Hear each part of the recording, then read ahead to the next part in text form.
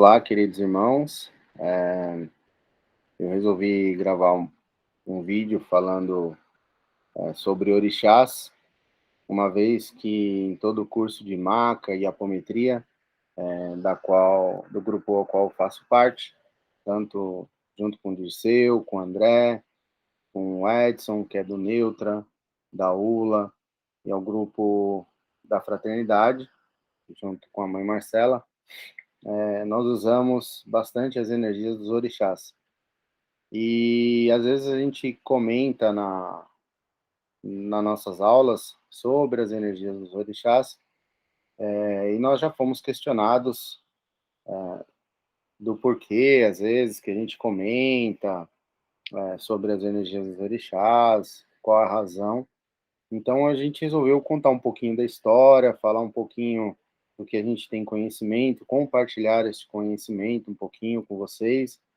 Quais são as energias trabalhadas pelos orixás, linhas de trabalho. Então a gente resolveu gravar um vídeo explicando um pouquinho sobre a Umbanda, sobre os orixás. A gente vai falar um pouquinho sobre o Candomblé. Não é para aprofundar, não tem o intuito de crítica ou dizer que eu estou 100% correto, mas apenas o intuito de levar um pouquinho de conhecimento a todos para que a gente possa usar essas energias da melhor forma possível. Tá?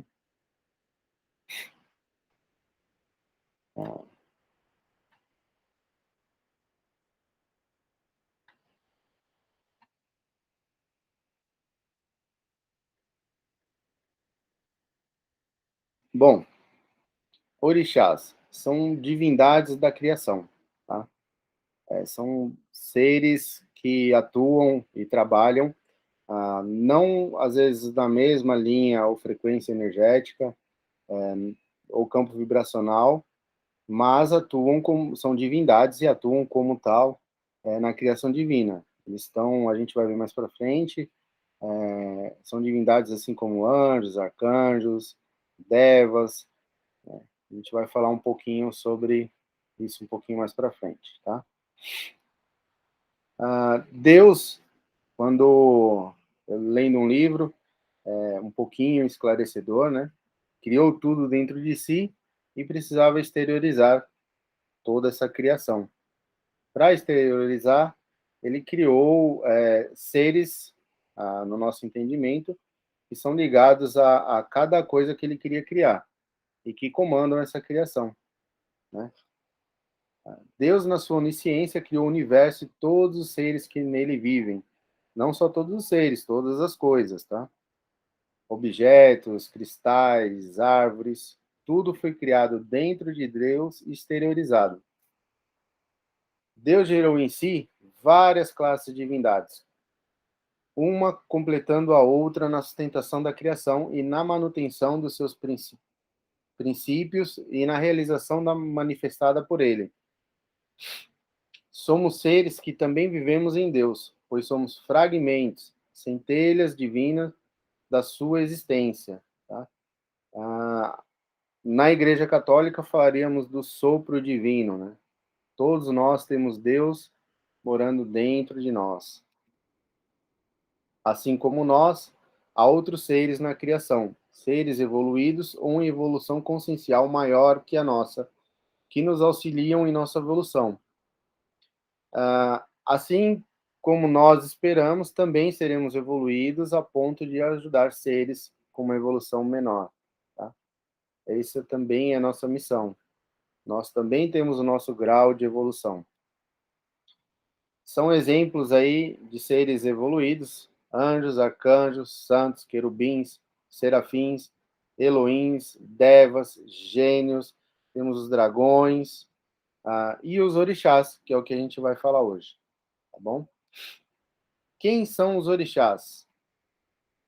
Orixás são divindades que emanam suas energias benéficas através do universo, auxiliando seres em evolução. Orixás só existem aqui na Terra? Não. Eles existem no universo. Nós os conhecemos aqui como orixás, tá bom? Em outros lugares, provavelmente outros nomes, tá? Aqui, em algumas vertentes religiosas, eles foram humanizados. Os orixás atuam como co-criadores de Deus e estão, assim como o Pai, em tudo, ligado de forma energética, nas pedras, rochas, matas, água, ar, fogo e etc. Cada um atuando dentro da sua energia específica. Então, assim, cada orixá, dentro da sua energia, dentro da criação, vai ser sustentador da criação divina para algo que Deus idealizou dentro de si e emanou para fora, né? Então, temos, como foi dito aqui, orixás que manipulam e detêm as energias das matas, das águas. Cada um vai trabalhar ligado, às vezes, a outro orixá, essas energias, e muitas vezes, essas energias benéficas a nós, e nós as utilizamos, tá? Mesmo sem o conhecimento, mesmo sem saber que nós estamos utilizando as energias desses orixás. Como divindades, eles não precisam da nossa permissão para atuar em benefício nosso. Eles atuam. É claro que de uma melhor forma quando nós temos o conhecimento e a ligação para com eles. Mas eles atuam na igreja? Atuam. Eles são divindades, tá? Assim como os devas, os arcanjos, dentro do candomblé, os anjos atuam? Atuam. Eles estão aqui para nos auxiliar. E a gente não precisa ir lá dentro do terreiro, que só fala de orixá, e pedir para que um arcanjo ou um anjo atue, ou um mestre ascensionado. Ele vai atuar em nosso benefício. Essa é a tarefa, é a missão deles, tá? Todos os orixás, a gente vai falar um pouquinho sobre os tronos, tá? Todos nós e todos os orixás, todas as divindades, são ligadas a um trono, uma emanação divina, tá? A gente vai falar um pouquinho sobre isso. São conhecidos por nós 7 emanações divinas. Toda a criação divina, quando exterioriza-se, passa a ser regida por uma dessas emanações. Nós conhecemos na Umbanda Sagrada como tronos divinos, como os tronos, tá? São eles aí: a fé, o trono da fé, o trono do amor, trono do conhecimento, trono da justiça, trono da lei, trono da evolução e o trono da geração. Existem, mas aí a gente não vai se aprofundar, os tronos que Exu, quanto Orixá rege, Pombagira e Exu Mirim, tá? É um assunto à parte, a gente não vai se aprofundar, e diferente do que às vezes as pessoas falam de demônio, não são demônios, tá, pessoal? A gente precisa tirar isso da nossa cabeça, da nossa mente, independente de qualquer segmento religioso, tá? Todos os seres por ele criado possuem uma centelha divina, uma partícula dele existente em nós. Isso é sem exceção. Todos os seres e todas as coisas existem a partícula e a emanação divina dentro dela, tá? Quando gerado, ligamos energeticamente aos seres que também fazem parte do mesmo trono que nós. Ou seja, ah, toda vez que um ser é criado, seja ele humano ou de qualquer espécie, um animal, ele vai sair e vai passar por um trono, tá? Isso explica porque temos afinidade com certos animais, cristais, plantas, anjos e etc. Pois da mesma forma também estão ligados a nós. Por isso, ao nascermos, somos ligados a um orixá, que está ligado a um trono divino, regendo toda a criação dentro dele. Dentro do xamanismo, a gente tem aí os animais de poder, né? Para ter esse animal de poder, é porque nós temos uma ligação. Ou seja, se eu tenho um lobo como animal de poder, significa que este animal foi gerado e emanado por dentro de uma das emanações dele. Vamos dizer que eu nasci no trono da fé, sou regido pelo trono da fé, pelo orixá do trono da fé. Então, o cristal que, que veio de Deus através desse trono também está ligado a mim, tá? O animal que veio através desse trono também está ligado a mim. Por isso eu tenho ele como animal de poder, né? Então tudo está ligado. Cada trono divino está ligado a uma das 7 emanações divinas, como vimos anteriormente. Todo trono é regido por um orixá universal e equilibrado por um orixá cósmico. Por isso, 2 orixás dentro de cada trono. Todos os seres em evolução, pois a evolução é constante até mesmo para os seres superiores a nós, são ligados a um trono e a tudo que nele existe, sem exceção. Tá? Ervas, tudo. Quando nascemos, somos ligados a um trono e a um orixá que conhecemos como nosso orixá ancestral.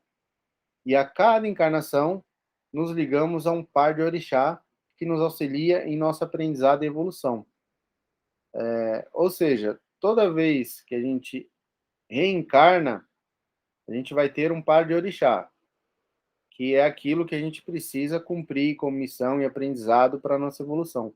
Mas a gente tem o orixá regente, que é quando a gente saiu de Deus, quando nós fomos criados como ser, para a evolução, para a nossa evolução, a partir de Deus, nós saímos por um trono. E lá tem um orixá. Esse orixá é nosso orixá ancestral. E isso vai perdurar pela eternidade. Tá? Antes de falar de todos os orixás e as linhas de trabalho, que a gente vai comentar um pouquinho, vou tentar contar um pouquinho da história, tá? O que se tem escrito. É claro que a história dos orixás é muito maior do que só o que se tem escrito, só o que tem registro escrito. Mas o que tem registro escrito, todo mundo consegue pesquisar. Então, eu resolvi colocar aqui só o que a gente tem de documento histórico. Tá? O povo africano, o continente como um todo, tem como culto a ancestralidade, os orixás e divindades como um todo, muito forte. E através dos tempos e humanização deles, criou-se várias lendas, contos e tans, acreditando que todos fazem parte não só como criadores da terra, da energia de tudo que aqui existe, bem como são nossos ancestrais. Tá? Esses contos e cultos passados através da oralidade permitem também a criação de diversas religiões.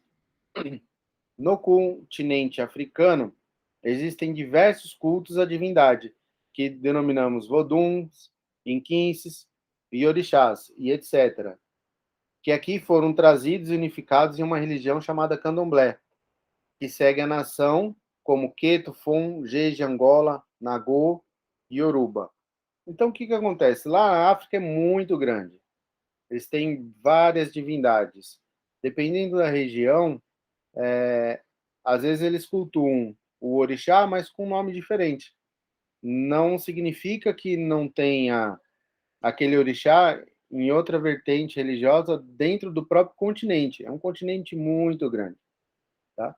Hoje, bastante em evidência, tem-se aí os babalaôs, a parte de Ifá, do pessoal do orixá Ifá, Orumilá Ifá, que o pessoal está se iniciando bastante aqui no Brasil, que jogam o Opelê Ifá.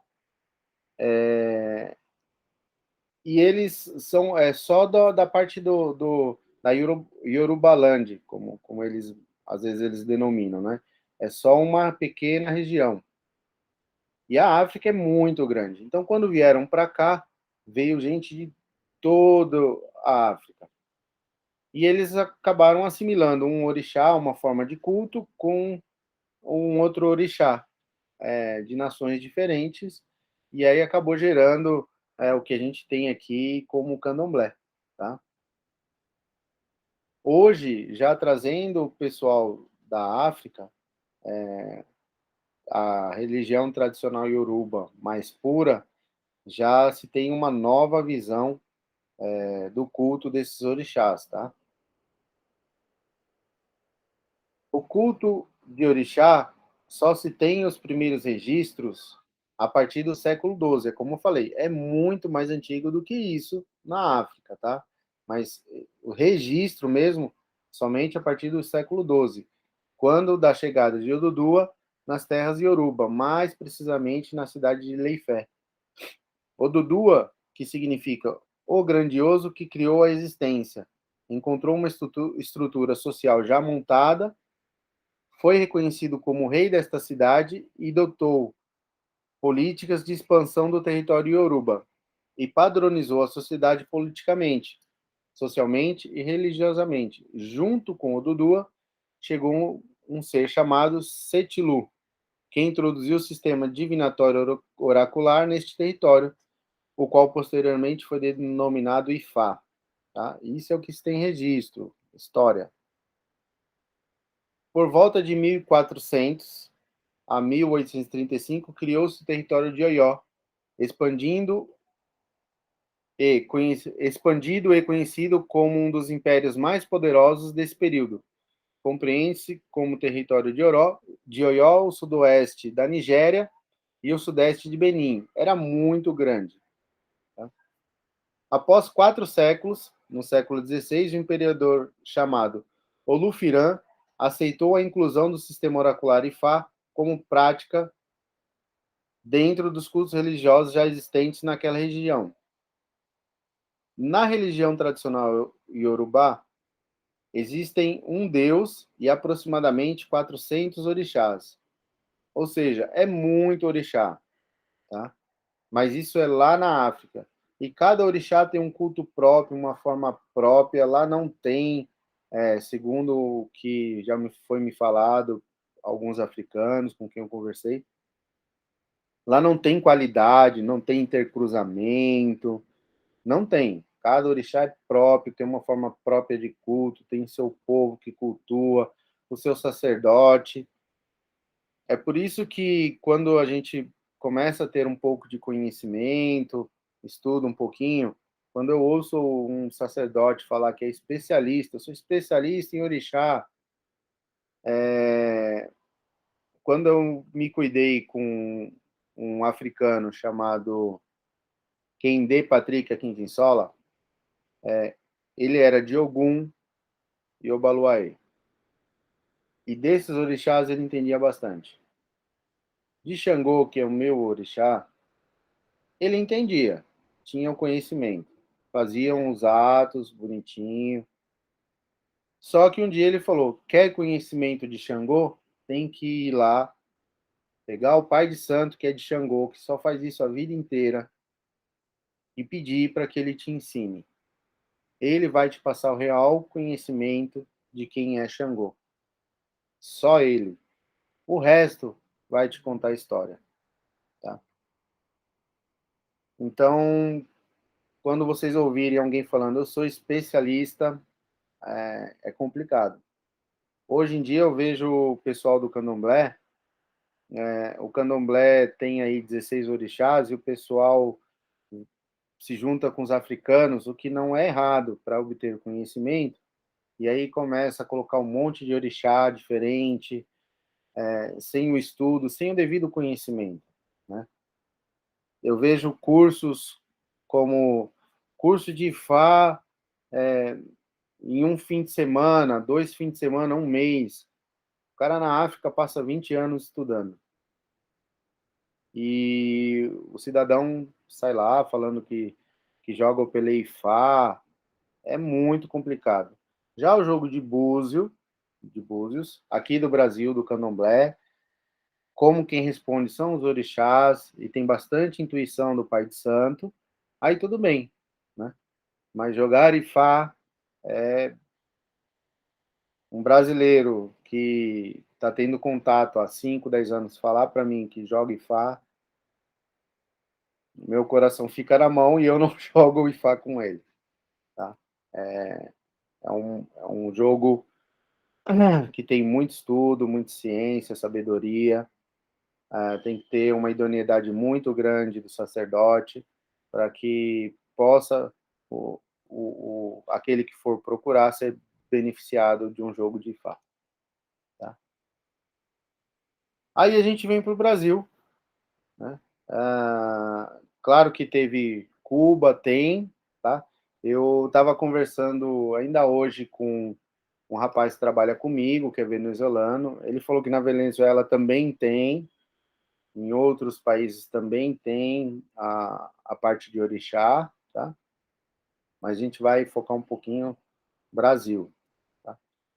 O candomblé no Brasil surgiu com o tráfico de escravos negros oriundos de diversas cidades africanas. O candomblé, como conhecemos hoje, não existe em outros países, pois devido à união de diversos escravos de diferentes regiões numa mesma senzala, criou-se a miscigenação de fundamentos, dando origem ao nosso candomblé. Segundo alguns pesquisadores, o desenvolvimento dos terreiros de candomblé passou a se manifestar a partir do século XVIII.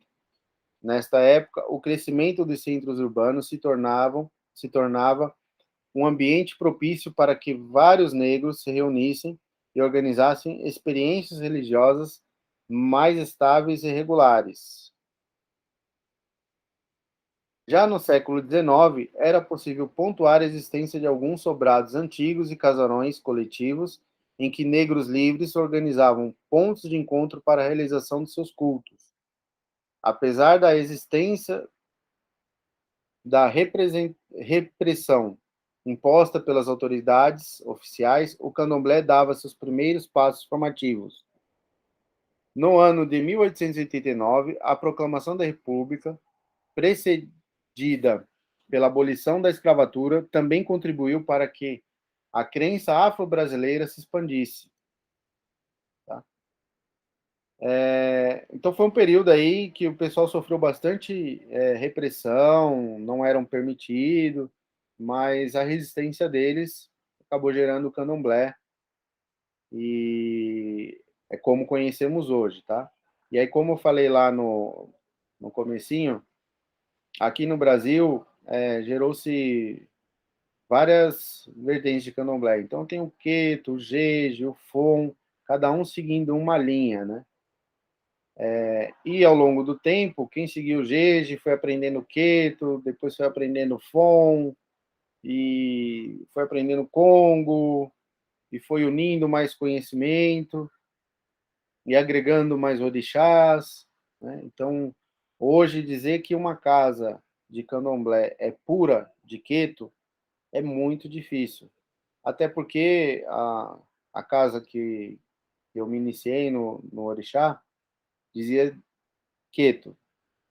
E até onde eu tinha o conhecimento, em queto não existia Exu de trabalho, catiço, como na Umbanda. E tinha a festa do Exu, tinha a festa de caboclo. Então, quer dizer, não era um queto puro.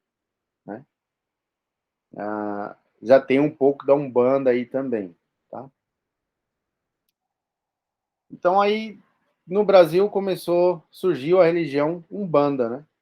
A Umbanda é uma religião que surgiu no Brasil no dia 15 de novembro de 1908. O anunciador deste credo foi o médium Zélio Fernandino de Moraes. Tá? Nasceu em 1891 e faleceu em 1975. A etimologia da palavra Umbanda é atribuída à língua Quimbanda de Angola. O termo corresponde a magia ou arte de curar. A palavra também foi remetida em outro sentido após o primeiro Congresso Brasileiro de Espiritismo de Umbanda, realizado em 1941, como Aumbanda, nos quais correspondem ao limite no ilimitado. Tá?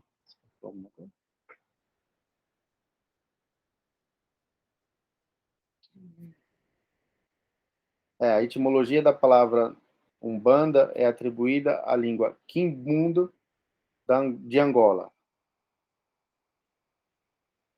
A Umbanda é uma religião na qual agrega vários aspectos de várias outras crenças, como religiões de matriz africana, catolicismo e espiritismo, entre outras, apresentam-se em vários segmentos.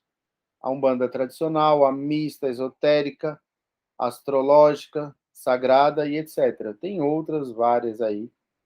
Cada sacerdote, intuído pelo seu guia-chefe, às vezes parte para uma dessas vertentes, tá? E como hoje eu faço parte da Umbanda Sagrada e utilizo as energias dos orixás, a gente vai falar especificamente da Umbanda Sagrada. Eu não tenho todo esse conhecimento.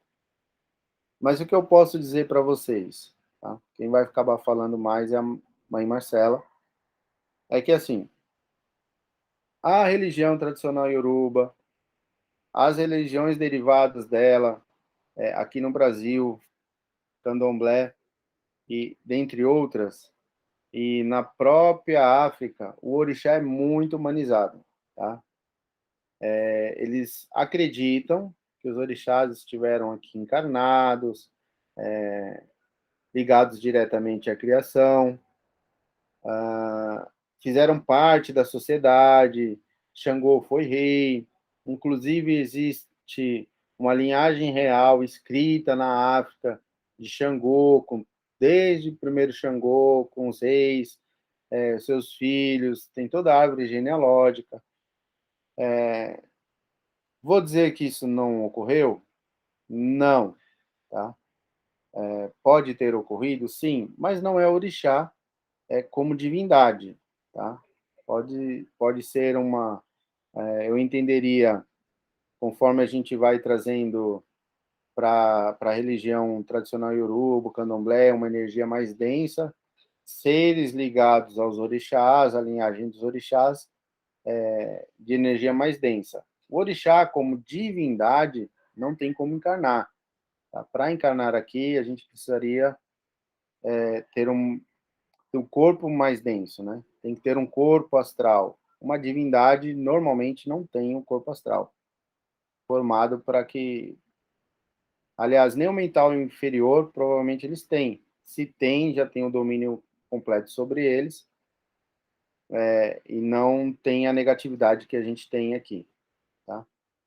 Então, a Umbanda Sagrada, ela trata o orixá como divindade, né? E aí eu vou pedir para a Mãe Marcela começar a falar sobre eles, que ela tem mais domínio sobre esse assunto do que eu.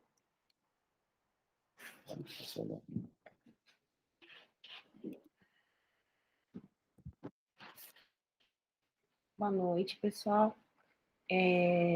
Vamos falar um pouquinho, então, da Umbanda Sagrada, que é o que a gente trabalha lá na Fraternidade. Ela é uma das vertentes da Umbanda tradicional. Existem várias, né? Como já foi falado, existe a Umbanda esotérica, a Umbandaine, Umbanda misturada com xamanismo, Umbanda carismática, espiritualista, universalista, enfim. Existem vários tipos, né? Então, essa é uma delas, né? Foi fundada pelo pai Rubens Saraceni, pelos guias espirituais dele, né? Pai Benedito de Aruanda, pelo Ogum Sete Espadas, da Lei da Vida, e pelo mestre Seiman Rami Serie. Foi difundida a partir do ano de 96, por Rubens Saraceni, como eu já falei, com a criação do curso de Teologia de Umbanda. A Umbanda, ela tem um momento histórico, né? Antes e depois de Rubens Saraceni. Não tem como colocar ele como... Não tem como não colocar ele como um ponto crucial dentro da nossa religião, né? Então, existe uma Umbanda antes de Rubens Saraceni e uma Umbanda depois dele. Ele padronizou muita coisa. É como se ele tivesse colocado uma Bíblia para a gente, né? Porque a Umbanda não tem uma Bíblia. Então, ele colocou livros, manuais, fundamentos, que normalmente eram tudo oralizado, né? Vindo da mistura de várias religiões, né? E aí, com ele, a gente conseguiu ter um fundamento, um caminho a seguir, né? Umas regras, umas leis, digamos assim, né? Que a maioria das religiões tem e que a gente até então não tinha. A Umbanda Sagrada, ela procura espíritas católicas esotéricas, pois considera que a Umbanda possui fundamentos próprios, independentes dessas tradições, embora ela tenha influência de tudo isso, né? A Umbanda, ela tem influência dos índios, ela tem influência da Igreja Católica, ela tem uma forte influência do kardecismo, a partir do momento que você acredita em espíritos e vida após a morte, e a gente acaba também utilizando muita coisa de esoterismo, porque trabalha magia, então muitos guias fazem pontos energéticos muito fortes de magia, limpezas muito fortes, usando magia, então a gente acaba usando um pouquinho de cada coisa aí dentro da Umbanda.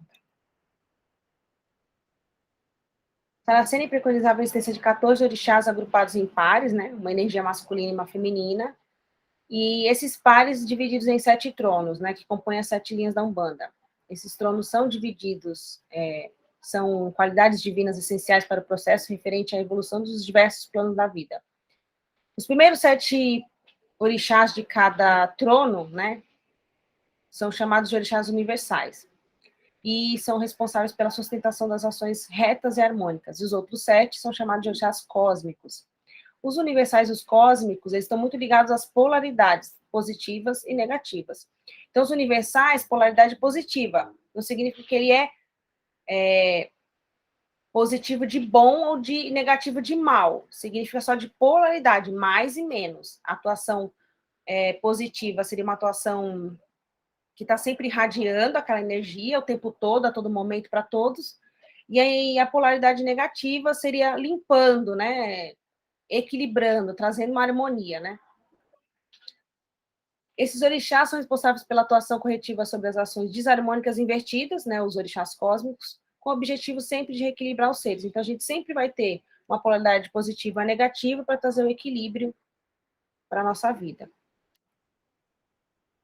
Eles foram divididos em 7 tronos, cada um deles respeitando a sua energia de criação. Então, onde a gente tem o trono da fé, nesse trono a gente tem aí a regência e a irradiação de Oxalá e Oialogunã, é um trono que trabalha o cristalino, né, as energias cristalinas. Trono do amor, que é regido por Oxum e Oxumaré, é um trono mineral. Trono do conhecimento, que é o vegetal, regido por Oxóssi e Obá.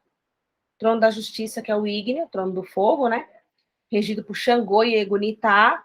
Em algumas vertentes, o nome de Egunitá foi trocado para Oroiná. Então, vocês vão perceber que em algumas biografias, a gente não vai encontrar o nome Egunitá, mas vai encontrar o nome Oroiná, tá?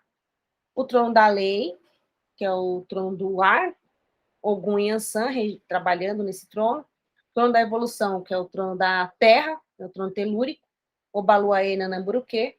E o trono da geração, né, o trono da água, que é Iemanjá e Omolu, atuando nesses tronos. Aí a gente tem um diagrama, né, mostrando Olorum, e saindo de Olorum todos os tronos, né, fé, amor, conhecimento, justiça, lei, evolução e geração. Essas cores que mostram aí são as cores que trabalham também os orixás. Então, os orixás, além da irradiação que eles trazem, que vem de Olorum, então tem dentro deles os cristais que emanam essa energia, as cores que emanam essa energia, os símbolos que emanam essas energias, e tudo isso é utilizado dentro da Umbanda. Então, a gente tem vários símbolos, se as pessoas conseguirem ver aí. Oxalá tem a pombinha, né, do Espírito Santo, Mãe Oialogunã, o símbolo do tempo, e por aí vai, né? Então, cada orixá vai ter um símbolo que representa ele. Então, quando você desenha esse símbolo, você está irradiando a força daquele orixá. Quando você pensa numa cor, quando você está atuando num trabalho de cura, e você pensa numa cor para irradiar para uma pessoa, você está pensando no orixá. Mesmo que seja intuitivamente, mesmo que você não saiba nada de orixá. Se você pega um quartzo rosa num trabalho de cura para curar alguém, você intuitivamente está usando a força de Oxum. Intuitivamente está usando a força do amor. Intuitivamente está usando a cor rosa. Então, tudo isso você está emanando para um sentimento, para cuidar da pessoa, no sentido de cuidar dela com amor, com carinho, ou para que ela tenha um emocional mais equilibrado. Então, uma coisa é ligada à outra. Então, os orixás estão em tudo e em todos, é nas cores, nos símbolos, na emanação que irradia de Olorum o tempo todo. E se você falar, eu não sei quem é o Oxum, mas você está pensando em rosa quando você está vibrando para alguém, você está emanando Oxum. Ai, mas eu não sei que Oxum é rosa, mas eu peguei, me deu vontade de pegar um quartzo rosa para cuidar da pessoa. Você está emanando a força de Oxum.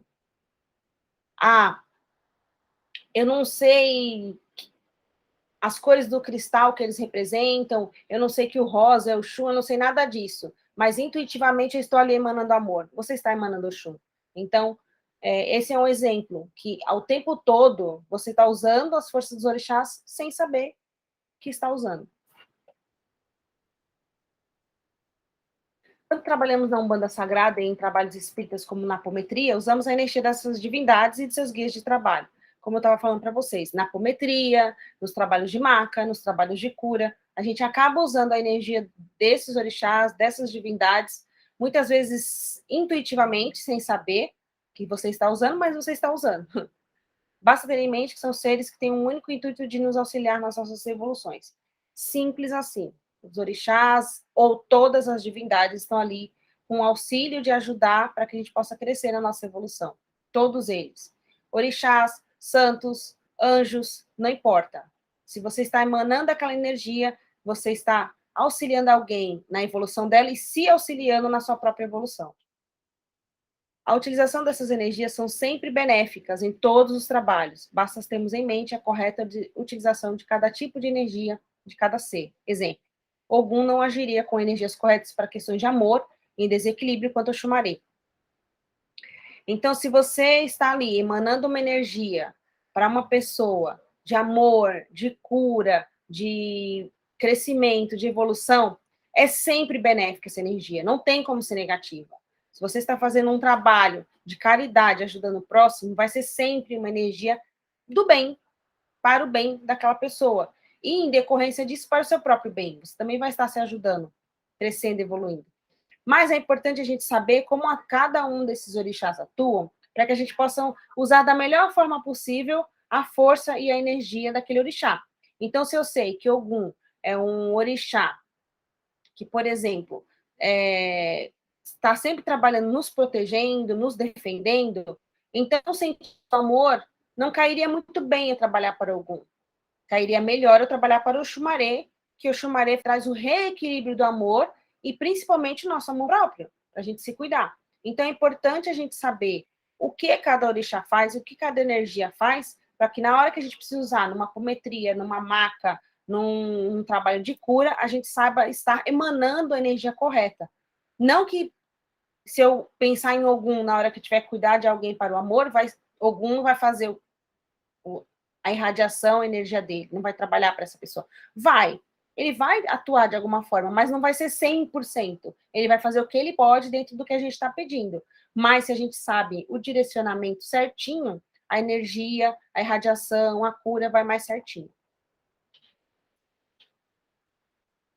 Antes de entrar nas questões das linhas de trabalho, eu vou voltar uns slides e dentro de cada trono são 2 orixás. Eu queria que você falasse o orixá Oxalá e Oyado Logunã. Fala qual é o cósmico, qual é o universal e qual a área de atuação de cada um deles. E explica para o pessoal ter uma noção. É claro que eu sei que é um estudo longo, aprofundado, às vezes a gente estuda um ano, os orixás, para poder ter uma consciência maior, mas um pouquinho da área de atuação de cada um desses 14 orixás. Então, dentro do trono da fé, como já está colocado aqui no slide, Oxalá e Oialogunã. Oxalá é o orixá universal, ele irradia o tempo inteiro aquela força de fé para a gente, no nosso dia a dia, para que nos dê forças para a gente ter uma fé em equilíbrio, né? E Oialogunã é o orixá, é a orixá cósmica, e ela atua o tempo inteiro dentro da nossa religiosidade. Então, enquanto Oxalá irradia a fé o tempo inteiro para a gente, o Yalogunã nos ajuda na nossa religiosidade, nos mostrando a melhor forma de seguir a nossa fé, né? Nos mostrando um melhor caminho que a gente tenha sempre no nosso dia a dia, uma forma de expressar a nossa fé. Então, se, por exemplo, a Umbanda não me cabe mais, o Yalogunã vai me direcionar para uma outra religião.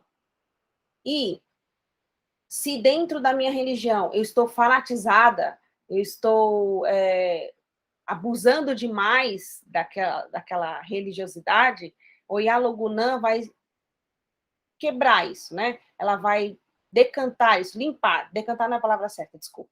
Ela vai quebrar essa forma de obsessão para que a gente entre em equilíbrio. O importante é que a gente tenha uma religião, uma religiosidade e uma fé equilibrada. Não adianta ter uma pessoa que tem fé, mas não tem nenhuma religião. Tudo bem? Tudo bem, até pode ter. Mas se você alia os dois, você vai estar em equilíbrio no seu crescimento, na sua evolução. É isso. Oxum e Oxumaré.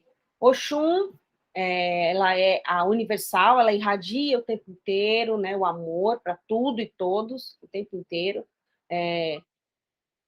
A energia de Oxum, quando ela vem, né, no terreiro, em terra, normalmente ela traz um espelho, e aquele espelho é para que a gente possa se amar primeiro, né? Por isso que ela vem com o espelho virado para ela. Em alguns momentos ela vira o espelho para as pessoas. Para quê? A gente possa olhar primeiro para a gente, o nosso amor próprio, se gostar, se amar, para que a gente possa amar o próximo, né? Então, Oxum irradia o tempo inteiro a energia de amor, e Oxumaré, ele equilibra o amor que está fora do equilíbrio, né? Oxumaré, o tempo inteiro, ele vai estar nos renovando dentro desse amor. Então, pessoas que amam demais, pessoas que são apaixonadas demais, a gente trabalha energia de Oxumaré para equilibrar essa pessoa, né? Então, ele também faz com que pessoas que não tenham nada de amor, nenhum amor próprio, nenhum, que renove limpe, né, essa negatividade dentro do amor e encaminhe essa energia para que o Oxum possa trazer amor para essa pessoa. Então, o Xumaré trabalha a renovação dentro de todas as linhas. Então, ele trabalha a renovação da nossa fé, ele trabalha a renovação do nosso conhecimento, já que o tempo inteiro a gente está estudando, ele trabalha a renovação da justiça, criando novas leis, ele trabalha a renovação da lei, a renovação da evolução, da geração. O Xumaré é um orixá que trabalha em todas as linhas. Não que os outros também não façam, mas ele tem essa particularidade, está sempre renovando todas as situações da nossa vida. Oxóssi, ele é o universal dentro do trono, então irradia o tempo inteiro, expande o tempo inteiro o conhecimento na nossa vida. A gente sempre busca o melhor conhecimento para a gente. Porque não adianta aprender tudo, né? E depois não seguir nada. Então, enquanto Oxóssi irradia o tempo inteiro essa energia de conhecimento, Obá concentra, fixa essa energia de conhecimento, né? O Oxóssi expande para que a gente possa aprender o tempo inteiro, e Obá concentra, ó, segue por aqui, é esse caminho que você tem que seguir dentro do conhecimento, para que a gente não fique com o conhecimento perdido. Então, Oxóssi irradia, expande, e Obá concentra, né? Tira os desequilíbrios dentro do nosso conhecimento, tira os conhecimentos errados. Pessoas que passam conhecimento errado para a gente também entram na irradiação de Maiobá, que Maiobá vai limpar essa pessoa, vai paralisar ela, cortar essas energias negativas de conhecimento errado. Ela é a mãe da verdade. Então, ela está o tempo inteiro nos mostrando a verdade, o conhecimento verdadeiro. Pai Xangô, ele é o universal dentro do trono, e Mãe Egunitá, ela é a cósmica.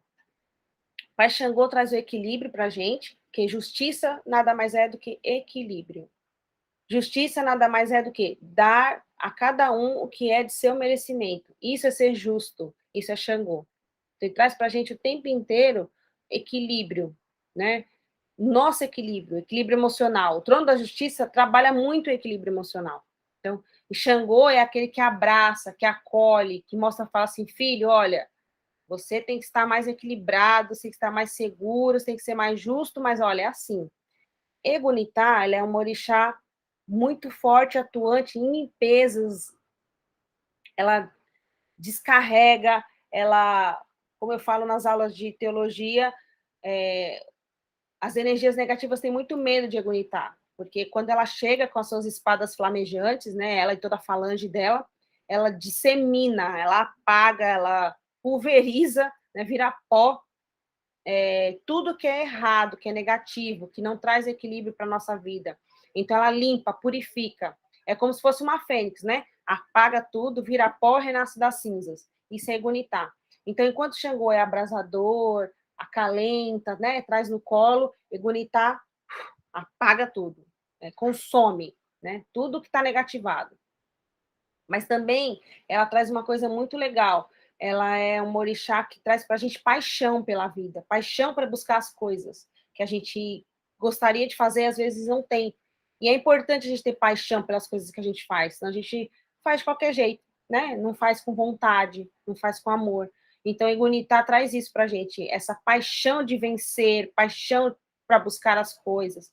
Então, isso é Egunitá na vida das pessoas. No trono da lei, Ogum é o que irradia a energia, né? Ele é universal, e Ansan, ela é cósmica, que absorve os desequilíbrios, absorve as negatividades. Então, Ogum é aquele orixá que protege, que limpa, quebra as demandas, as amarras, como todo mundo conhece, né? Isso não tem nenhuma novidade dentro para a gente falar de Ogum, mas é importante a gente ter em mente que o Ogum é ordenador, e ele ordena na nossa vida as prioridades. Então, eu vejo muitas vezes, por exemplo, entidades da linha de Ogum trabalhando, né? E aí vem um consulente e fala assim, ai, porque eu estou com um problema na minha vida amorosa. E aí aquele caboclo, por exemplo, que é de Ogum, vai falar para a pessoa, olha, fulano, o seu problema hoje não é a sua vida amorosa, o seu problema hoje é o dinheiro. Então, vamos falar de dinheiro. Aí a pessoa sai chateada e fala, poxa, eu vim para falar de uma coisa e a entidade me falou outra coisa que não tinha nada a ver. Ela falou tudo o que tinha a ver, porque aquele caboclo que é de Ogum tá vendo que a sua prioridade no momento não são as coisas relacionadas ao coração, e sim a sua vida financeira. Então, ele vai pedir para você organizar a sua vida financeira primeiro, dar prioridade a isso, e depois as coisas do amor. Então, assim, todos falangeiros de Ogum trazem muito isso, colocar ordem na nossa vida, tirar o caos, tirar a bagunça, né? Vamos colocar ordem, quais são as prioridades? Vamos lá, é isso, isso e isso. Então, Ogum traz isso para a nossa vida. E Yansan traz as possibilidades, porque ela é direcionadora. Então, dentro do trono da lei, ela limpa todas as negatividades, ela, com seus ventos, ela manda para os seus locais de merecimento tudo que está errado, só que, ao mesmo tempo, ela é muito direcionadora. Ela mostra para a gente as nossas possibilidades. Você tem essa possibilidade. Eu vou te direcionar para essa, porque esse é o seu caminho. Isso é Yansan, dentro do trono da lei. O trono da evolução é regido por Obaluaê e Nanamburuquê. Obaluaê, ele é o orixá universal, e Nanamburuquê era a cósmica. Então, Obaluaê é o que irradia o tempo todo a energia para a gente de evolução, de crescer, de seguir em frente, de não ficar parado, né? De mostrar para a gente que a gente pode crescer e evoluir, né?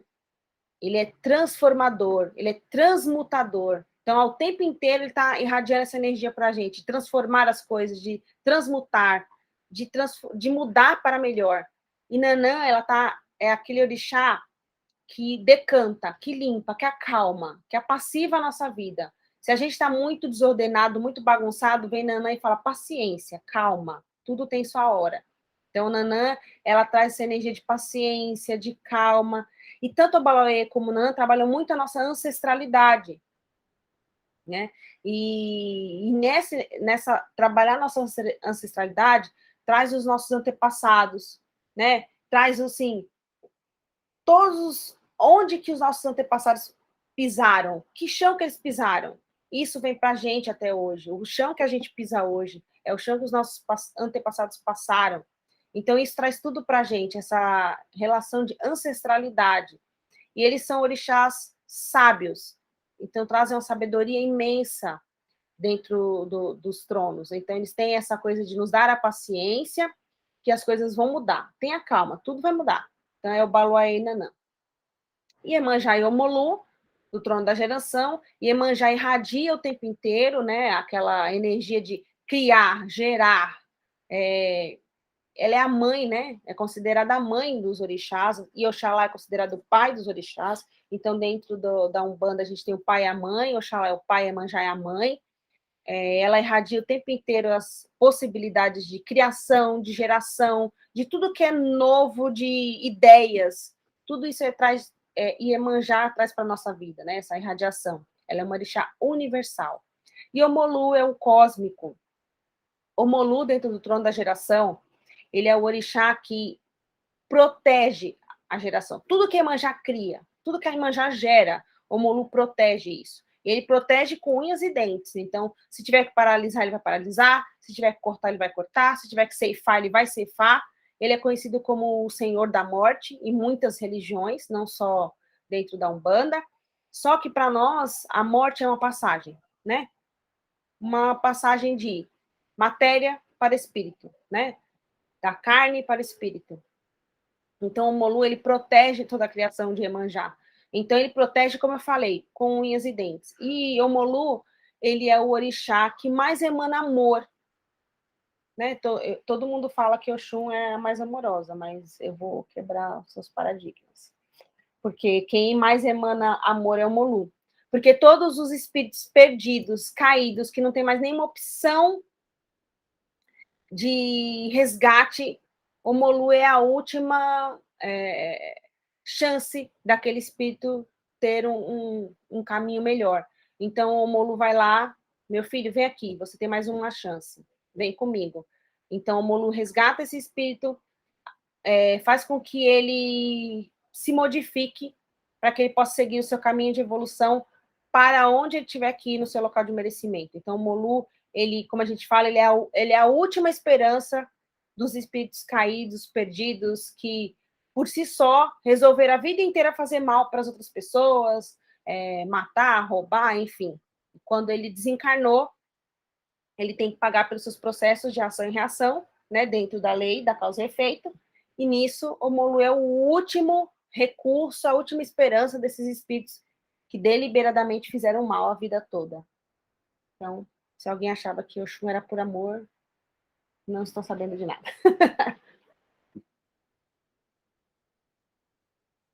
Agora a gente vai falar um pouquinho sobre a linha de trabalho e os seus regentes, para que todos saibam as energias trabalhadas aí pelas entidades. Vou colocar todas aqui, fica mais fácil.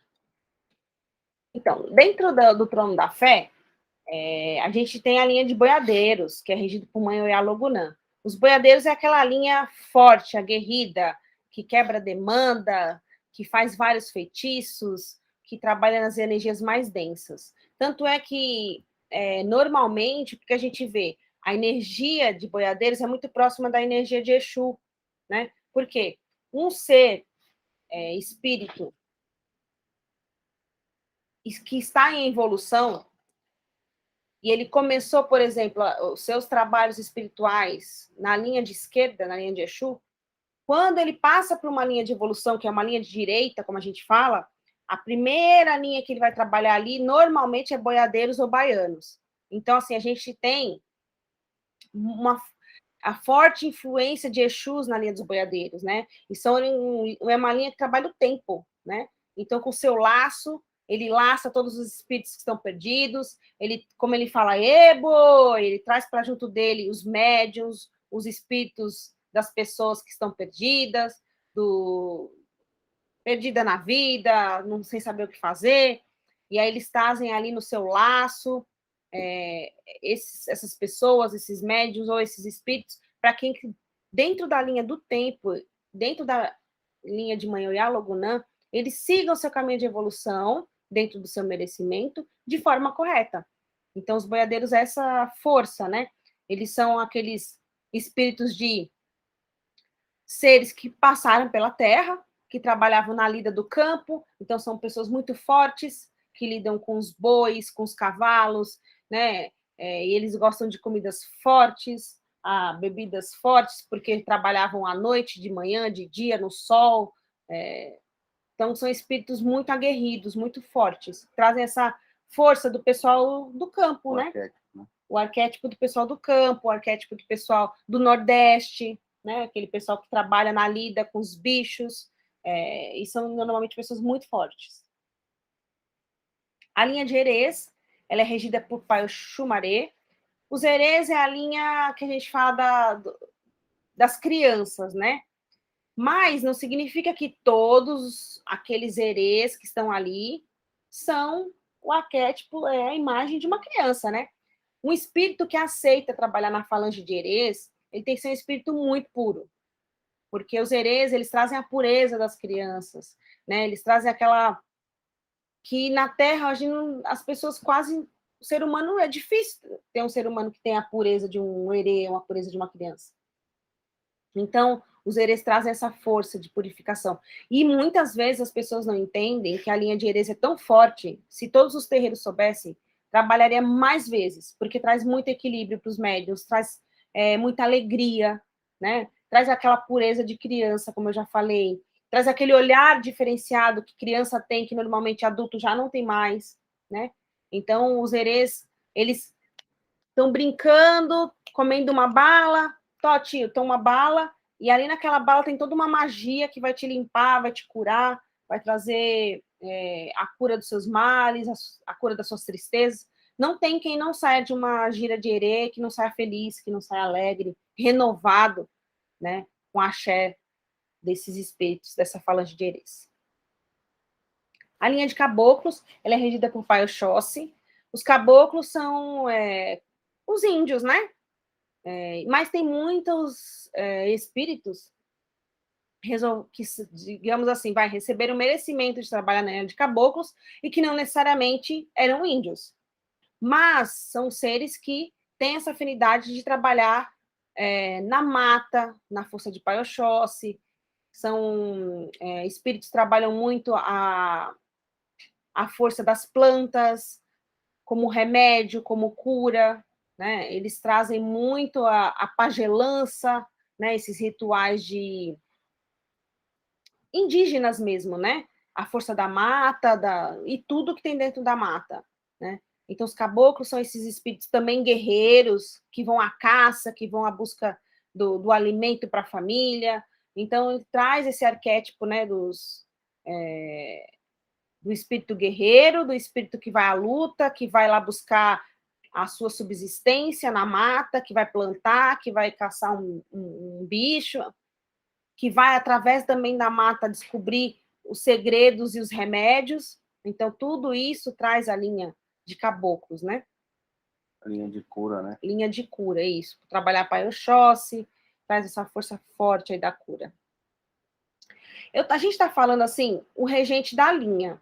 Mas isso não significa, por exemplo, que não tem um boiadeiro que seja de Oxumaré, um boiadeiro que seja de Oxóssi, né? Um herê que seja de Iemanjá, um caboclo que seja de Egunitá. Então, assim, toda a linha vai ter um regente. Mas, dentro dessa regência, a gente tem essa falange, essa linha de trabalho atuando em todas as 7 linhas. Então, a gente pode ter ali, tem, com certeza, um boiadeiro de Oxumaré, um boiadeiro de Oxóssi, um boiadeiro de Egunitá, um boiadeiro de Ançã, e por aí vai.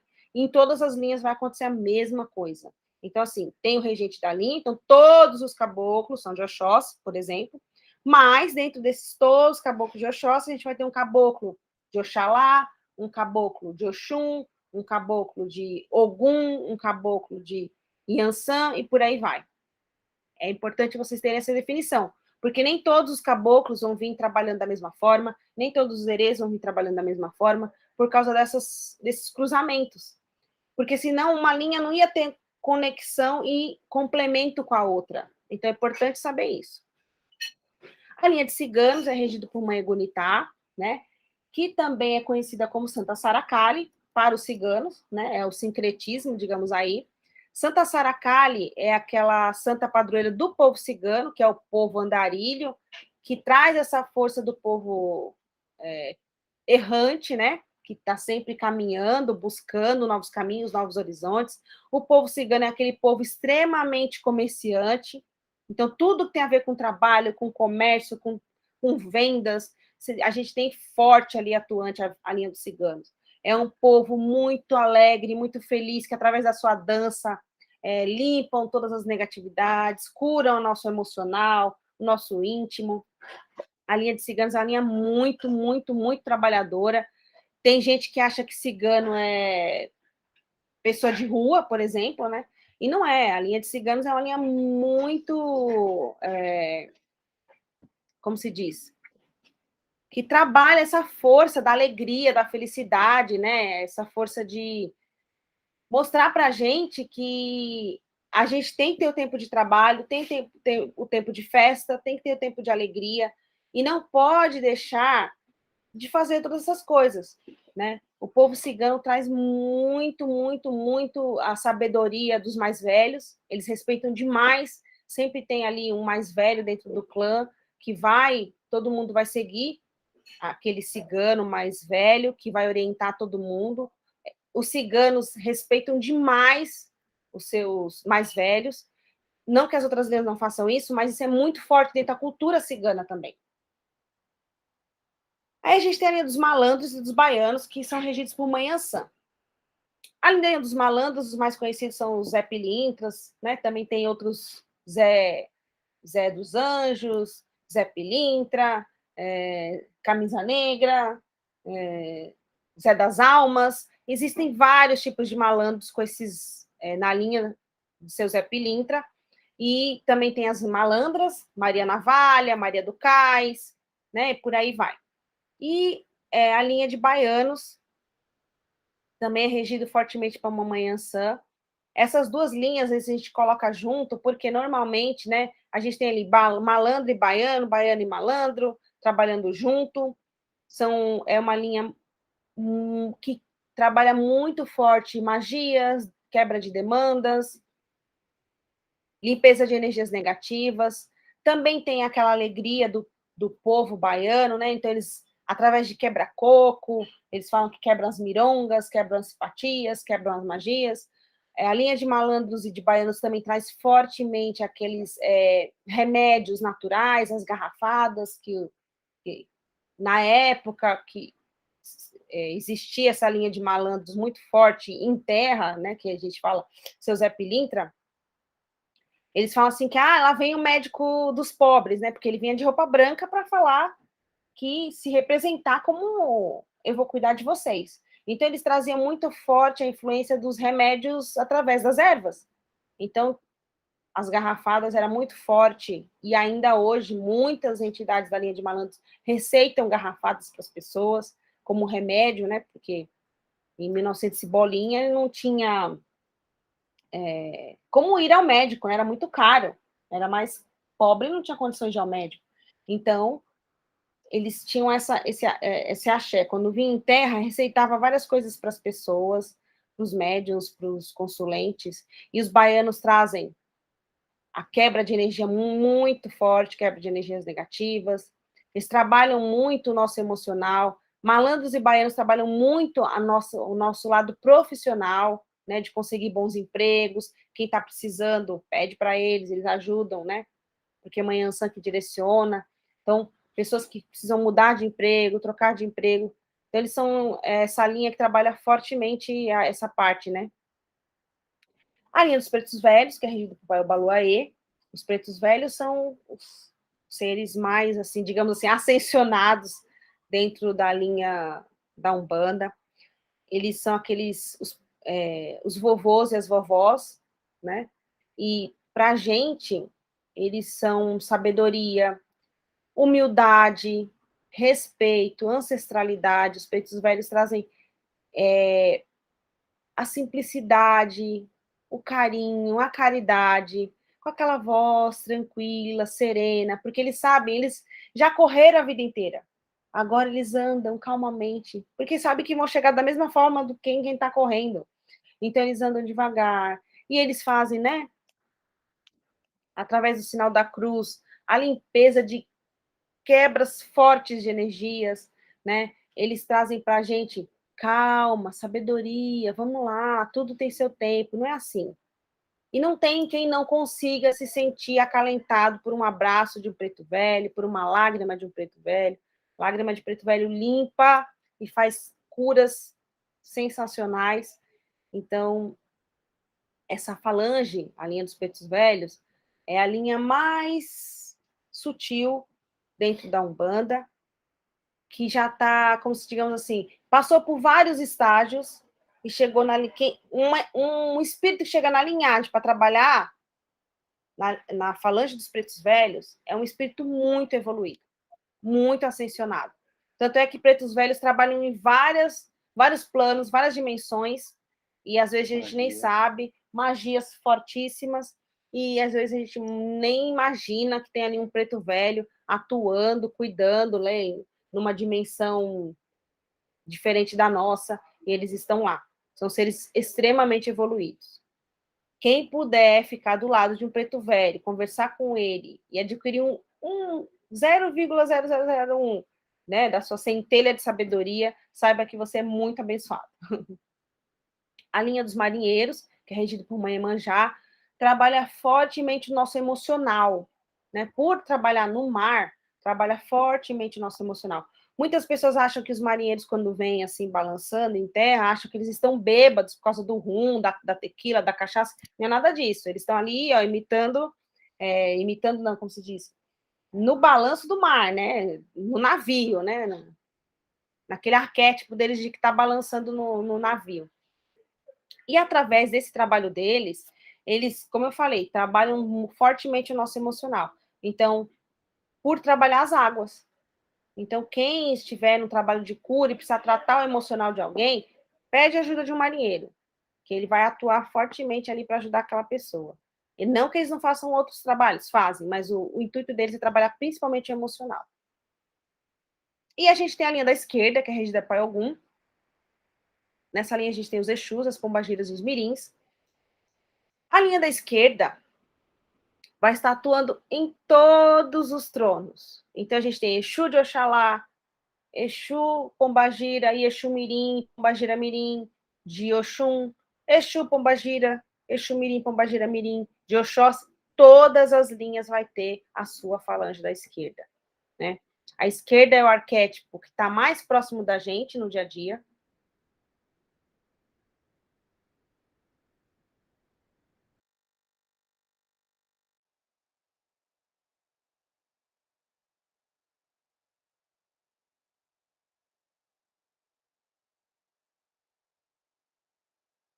Nos ajudando, nos protegendo do mal olhar, da inveja, né? De energias negativas, de maldade, de praguejos. Eles estão ali com a gente atuando o dia inteiro, né? Naquela energia sempre de proteção, sempre de abrir caminhos, né? Porque Exu trabalha nas estradas, nas encruzilhadas, assim como as pombogiras e os mirins. Então, é uma linha que trabalha Exu, a vitalidade na nossa vida, né? Sempre atuando para que a gente tenha força e vitalidade para buscar tudo que a gente quer. Pombagira, que vai trabalhar o estímulo, porque se a gente não tem estímulo, como que a gente vai buscar alguma coisa que a gente quer na nossa vida, né? E os mirins, Pombagira, Mirim e Xumirim, que vão trabalhar as intenções. Então, para você conseguir fazer uma coisa, tem que ter a intenção de fazer. Para aquilo funcionar, você tem que ter um estímulo para aquilo funcionar, né? E para aquilo dar certo no final, a gente tem que ter o quê? A força, a vitalidade de ir lá e falar, eu vou fazer. Então, quando você tem essas três forças juntas, a gente tem ali a força da esquerda atuando todos os dias na nossa vida. Certo?